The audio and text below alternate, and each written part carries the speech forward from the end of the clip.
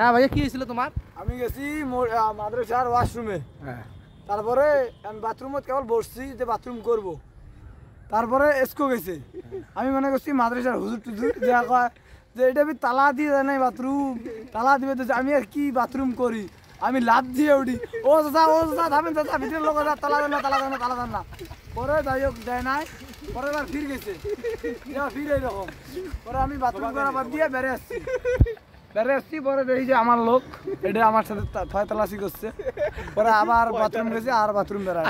যদি তালা দিলে কি হলে তোমার? তালা দিলে তো বিপদ হয়ে গেল, আমার মোবাইলও বন্ধ, একেবারে শোকে শেষ।